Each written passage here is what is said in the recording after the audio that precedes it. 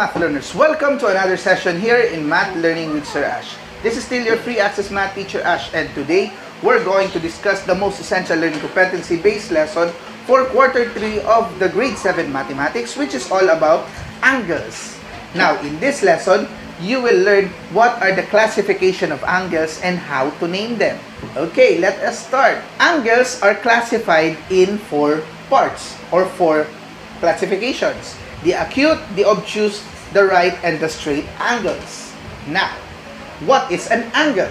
My dear math learners, when two rays share the same endpoint, it forms the angle. The point on where these rays intersect is called the vertex of the angle. Basically, the two rays will be the sides of the angle. Here are some examples of angles. As you can see, these are two rays and they share this endpoint. Same goes in this figure. This is the vertex. This is also the vertex. And this one is what we call the sides of the angles. Now, we can identify an angle by using a point on each ray and the vertex. The angle below may be identified as an angle ABC or angle CBA. You may also see this written as ABC or as CBA. Now, the symbol of an angle is like this. The vertex point is always in the middle. So, my dear math learners, in this figure, the vertex is B, right? So, in naming the angle, always make sure that the B is always in the middle. So you could name this as ABC or CBA. Easy, right? Now, let's continue. Let's talk about the angle measurements. This is where the classification of angles takes place. We measure the size of an angle using degrees. Now, a tool for us to measure an angle is known as the protractor. It looks like a semicircle, like this. Okay, here are some examples of angles and their degree measurements. The first one is the 45-degree angle. So you could draw like this or a mirror of that, like this. We have also a 90-degree angle that is like a letter L, and you could also mirror this one as long as the opening of this angle is equal to 90 degrees. We have also here 23 degrees, the 72 degrees, and there is also an example where it is greater than 90 degrees. So this example is one of those, the 120-degree angle. Now, let's talk about the first type of angle or the first classification of angle, the acute angle. An acute angle is an angle measuring between 0 to 90 degrees. But my dear math learners, remember this, between 0 to 90 degrees, meaning the measurement of acute angle ranges from 1 to 89 degrees. Okay? So that's it.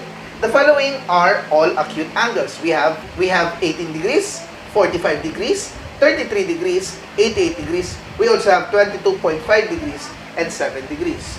So my dear math learners, in degrees, we can also use decimal points. Thus, the right definition of an acute angle is an angle measuring between 0 to 90 degrees. Because if you have an angle that measures 89.9 degrees, it is still considered as an acute angle. Easy, right? Now, let us go to the second type of angle, the obtuse angle. An obtuse angle is an angle measuring between 90 to 180 degrees, meaning it is more than 90 degrees, but it is less than 180 degrees. So it is between 90 and 180. The following measurements are this one, the 135 degrees, the 93-degree angle, the 174-degree angle, we have the 117.8-degree angle, 110-degree angle, and 157-degree angle. All of these measurements are more than 90 but less than 180 degrees. Easy, right? So, that is known as the obtuse angle. Now, let's go to the angle that is exact measurement, known as the right angle. A right angle is an angle measuring 90 degrees. Remember, my dear math learners, no other measurement of the right angle except 90 degrees. So if you see an angle that measures 90 degrees, then that is what we call a right angle. Example of that is these two.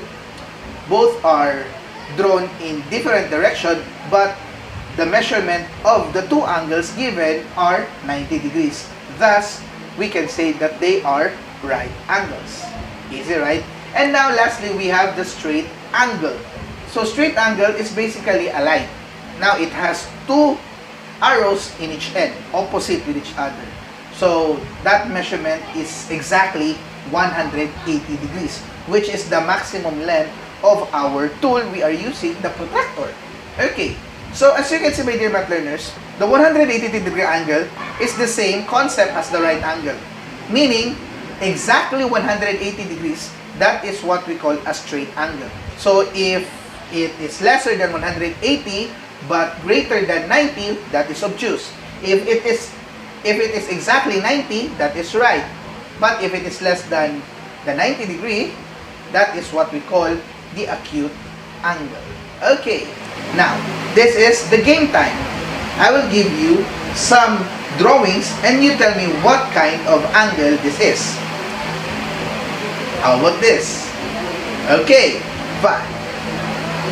That is very good, an acute angle. How about this? Okay, that is an obtuse angle. How about this? That is a right angle. Very good. How about this? Alright, that is what we call the straight angle. Okay, great job, my dear math learners. And this ends our topic for today. I hope you have learned a lot of things about our topic on the classification of angles. This is still your free access math teacher Ash. And always remember, it is fun to learn mathematics if we are together learning. Thank you so much, God bless, and keep safe always. Congratulations, math learners, for arriving to this part of the video. If you think that this video have helped you, click that like button. And if you think that this channel can change the way you see mathematics, do not forget to click that subscribe button and notification bell. Thank you.